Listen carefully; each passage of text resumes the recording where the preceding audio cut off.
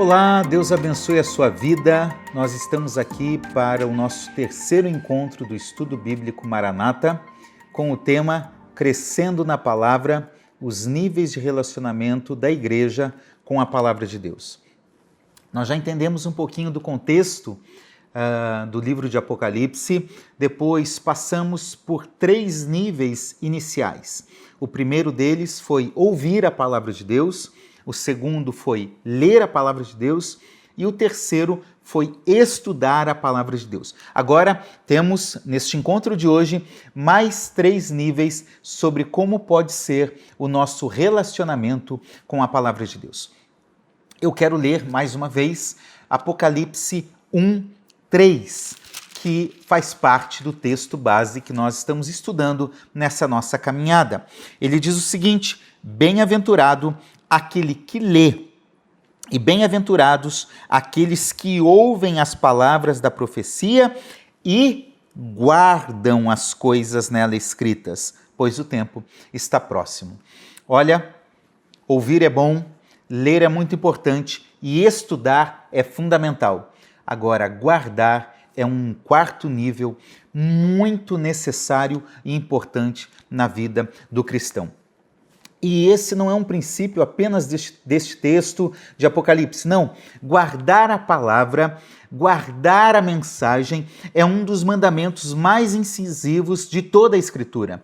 O termo aqui, guardar, usado no texto grego, é terel. Esse termo significa cuidado atento. É como você pegar algo para guardar, para proteger, para esconder. É um cuidado para deixar algo como em custódia segura, para que isso não venha se perder ou ser afetado por alguma coisa externa.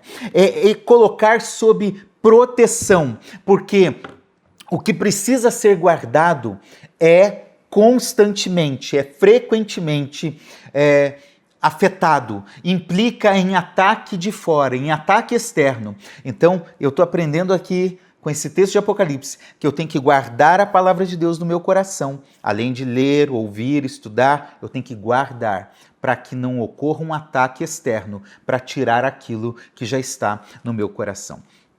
E eu acho que esse nível, eu chamo de nível de atração, um nível de guardar a palavra de Deus, é um nível que é o primeiro passo para um relacionamento mais íntimo no relacionamento com Deus e com a sua própria palavra. É algo que não é tão técnico, porque ouvir pode entrar e sair, ler pode esquecer, estudar pode trazer conhecimento teórico, teológico, e tudo isso é bom, ouvir, ler e estudar, mas guardar é uma decisão interna. Representa uma ênfase na intimidade, não é mais mera teoria, não é mais mera especulação textual, teológica, não. É algo diário, é algo da vida, é algo da caminhada, é algo do coração. Eu preciso aprender a guardar a palavra de Deus. E essa é uma dinâmica que nós percebemos em toda a Escritura. Deuteronômio capítulo 30, versículo 14, nós temos um texto que mostra como o povo de Deus foi sempre desafiado a guardar a palavra. Diz o seguinte: pois esta palavra está bem perto de vocês. Veja, não é só aproximação física. Olha o que ele diz: está na sua boca e no seu coração, para que vocês a cumpram. Para que eu possa cumprir a palavra, ela tem que estar na minha boca, eu preciso ler, tem que estar nos meus olhos, eu preciso ver, enxergar, eu preciso falar, mas ela tem que estar no coração, senão eu não vou cumprir. Vai ser um texto religioso qualquer, uma obra literária qualquer, e não a palavra de Deus. Jó 23:12, quando está respondendo aos seus amigos naquele tempo de sofrimento, ele diz o seguinte: do mandamento dos seus lábios, ele está falando isso até mesmo para Deus, nunca me afastei. Agora olha o que ele diz: escondi no meu íntimo as palavras da sua boca. É por isso que Jó conseguiu enfrentar o sofrimento em fidelidade, porque as palavras de Deus estavam bem presentes no seu coração, em seu íntimo. Salmo 119:11 diz: guardo a tua palavra no meu coração para não pecar contra ti.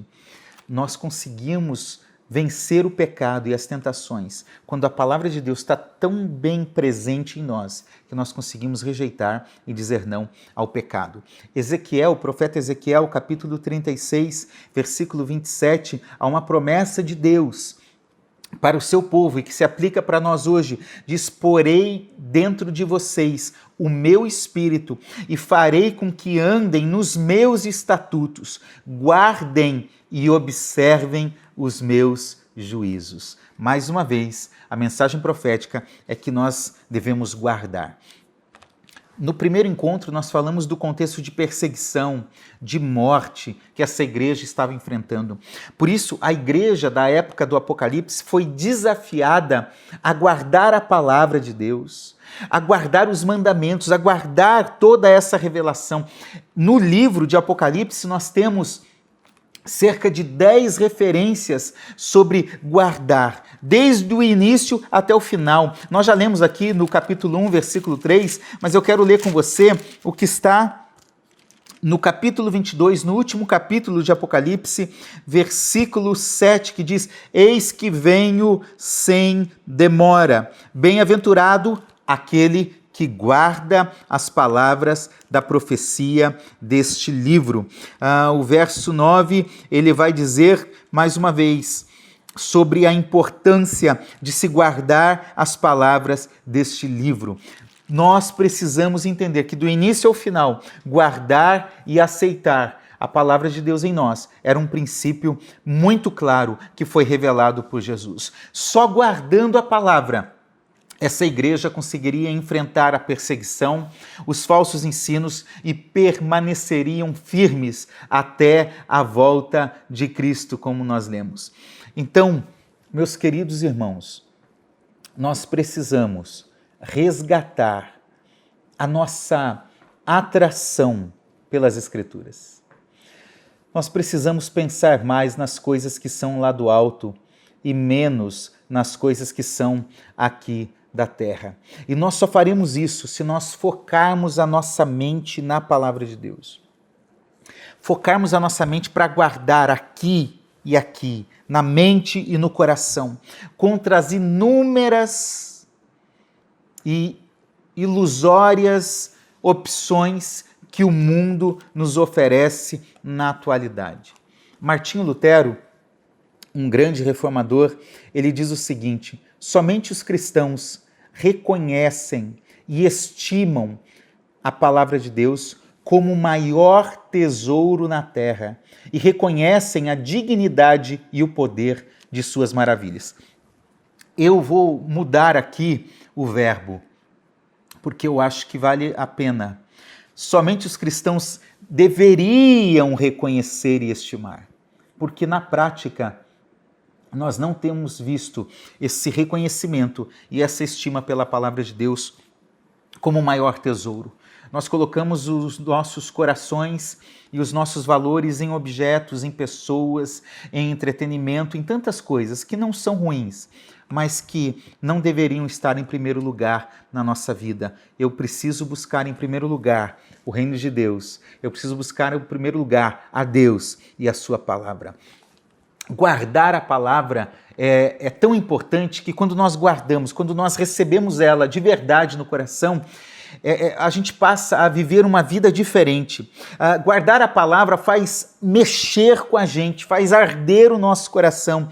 É isso que os discípulos no caminho de Emaús falam sobre o que Jesus falava com eles, sobre as Escrituras.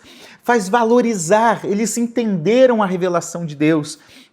Quando nós guardamos a palavra, nós passamos a temer ao Senhor, nós não vamos agir de qualquer forma, vamos ter comportamentos adequados de acordo com a palavra de Deus, porque nós vamos temer, saber que Deus está presente, porque a palavra não é apenas uma teoria distante, ela é a presença do próprio Deus na nossa vida.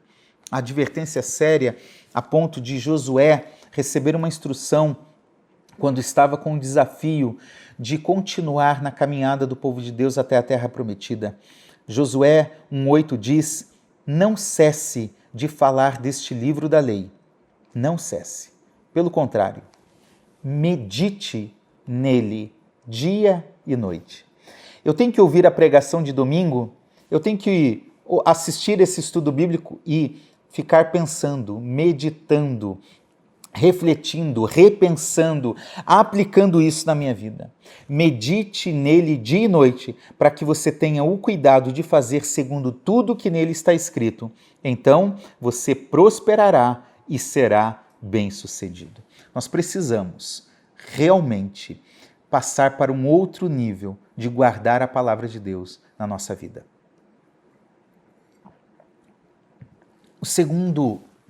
O quinto nível no nosso relacionamento com a palavra de Deus é também um nível importante. Vamos lá, vamos relembrar?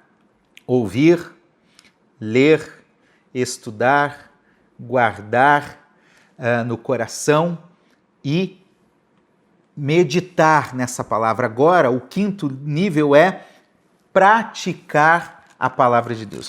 Para isso, nós temos que ir lá para o final, novamente, no capítulo 22, no versículo 10 até o versículo 12. Depois de terminar toda a revelação, nós temos nessa parte alguns conselhos e algumas promessas finais.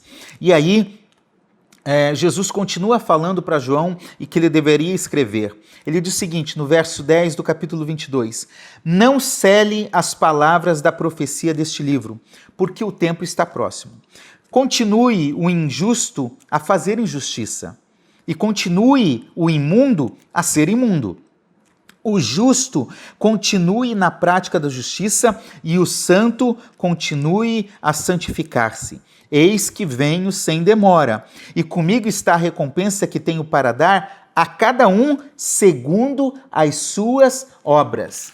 A verdade é que o nosso relacionamento com Deus e com a palavra de Deus só é real quando nós realmente praticamos a palavra de Deus.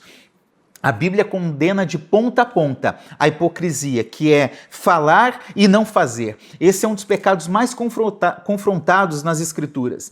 E aqui no contexto de Apocalipse, nós percebemos que Deus enviou a sua palavra, que foi atestada por João, que foi escrita por ele e foi entregue aos seus servos para que eles lessem, para que eles guardassem, para que eles praticassem a palavra de Deus. Quando eu guardo, eu estou praticando a palavra de Deus. Apocalipse é muito mais do que um livro escatológico, é um livro de prática e de instrução. Não é um livro futurista, é um livro para hoje, é um livro para agora, é um livro para eu ler e praticar. E aqui no capítulo 22, no versículo 11, o texto está nos dizendo que tem dois tipos de pessoas. Tem o justo, o injusto e o imundo, que continuam em práticas distantes da palavra de Deus, em práticas antigas, que estão não praticando a palavra de Deus. Mas ele diz que tem o justo e o santo, e estes praticam a palavra de Deus, eles continuam fazendo o que a palavra de Deus ensina. E no versículo 12 ele diz assim, inclusive, eu estou para retornar, eu estou para voltar para buscar a minha igreja. E quando eu retornar, eu vou recompensar aqueles que praticaram, aqueles que ouviram, leram, estudaram, aqueles que guardaram, aqueles que praticaram a palavra de Deus por meio das suas obras. Nós não fazemos nada para ser salvo a não ser pela fé em Cristo. Obras não salvam ninguém. O que salva é Cristo, mas as obras na minha vida, elas demonstram que eu fui salvo e que eu estou praticando a palavra de Deus. Eu quero dizer para você que nós precisamos resgatar em nossas ações, em nossos comportamentos, princípios condizentes com o que a palavra de Deus diz. A pior coisa que tem é ter nome de cristão e não ser um praticante da palavra.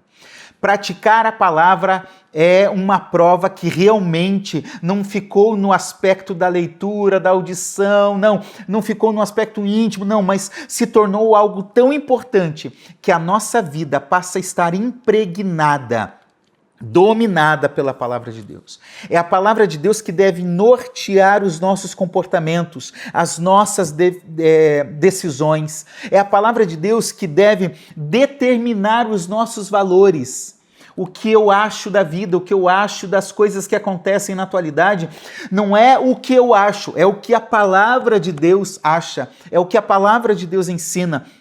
A palavra de Deus deve confrontar os nossos pecados, e quando ela confronta, ela também nos corrige. Nós precisamos praticar a palavra de Deus. Ela tem que ser algo visível, algo real, que as pessoas percebam, que seja um testemunho vivo, prático, diário. A palavra de Deus tem que fazer uma diferença visível em nós. A igreja não pode ser como o mundo, não pode estar pautada nos valores do mundo, nas ideologias do mundo, nem em questões políticas, nem em questões morais, nem em questões quaisquer que sejam.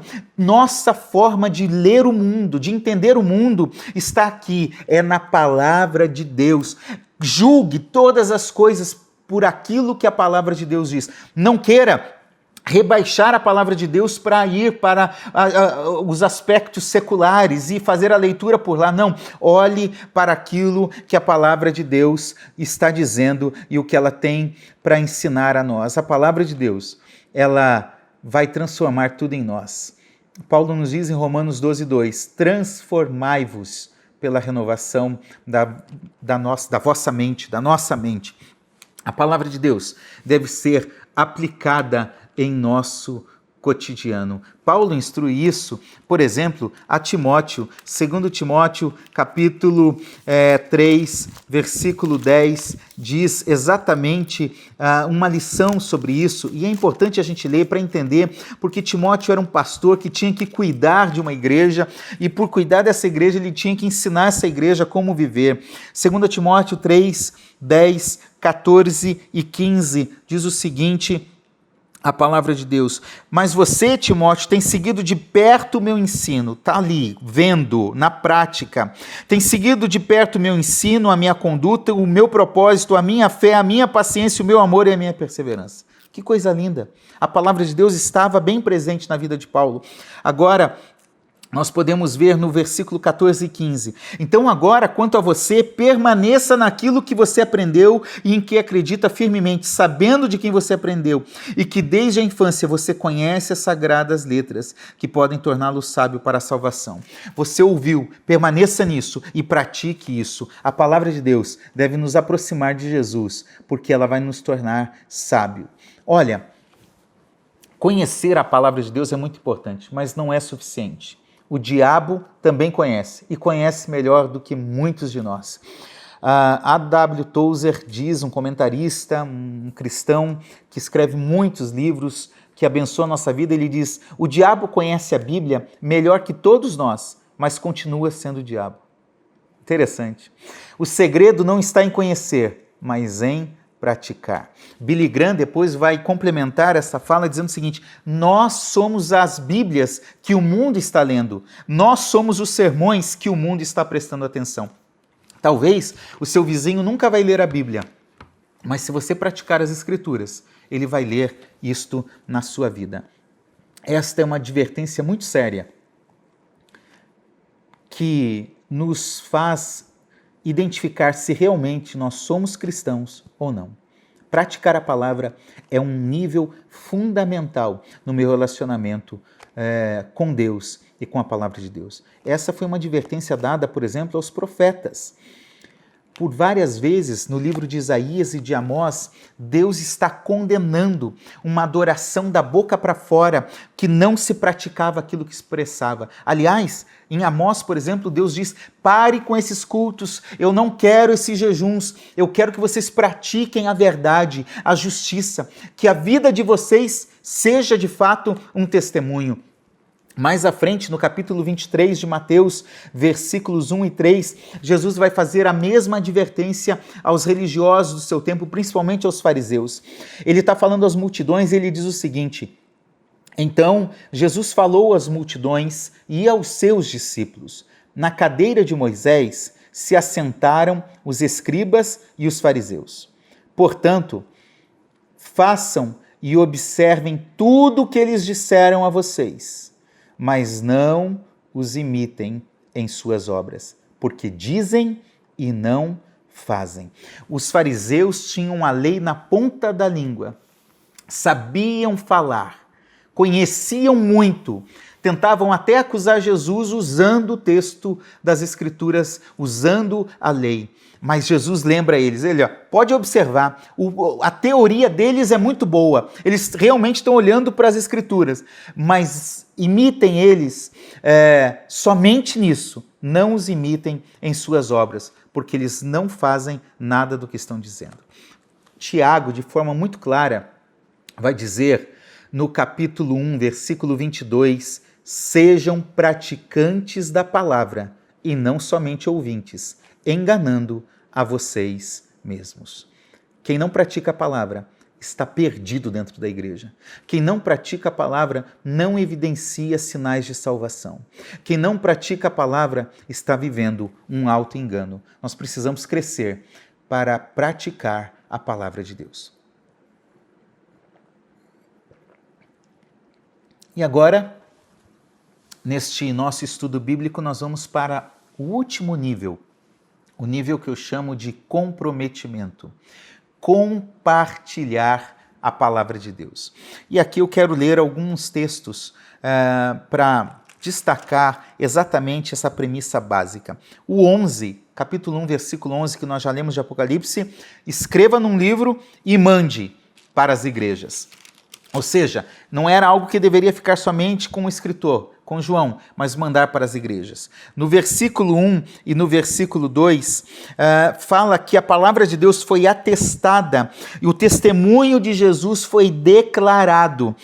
O versículo 1 diz que foi uma revelação que Deus deu para mostrar aos seus servos.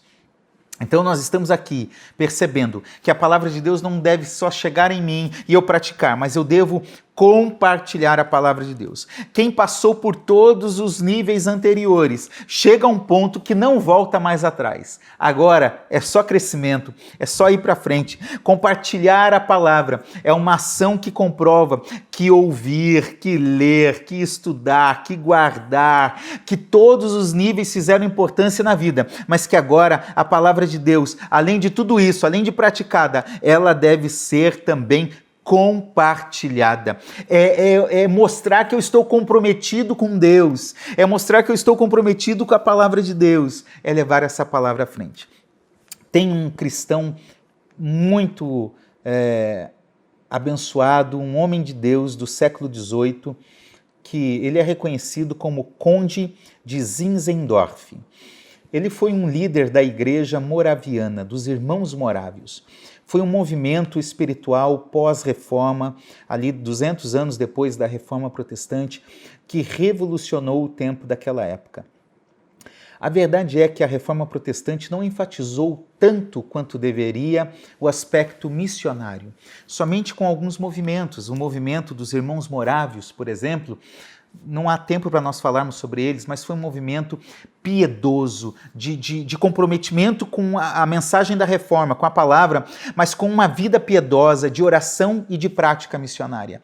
E ele tem uma frase que eu gosto muito, porque ele era um homem muito rico que abandonou todas as suas posições sociais para se comprometer com a palavra. Os Irmãos Morávios enviaram missionários para o mundo todo.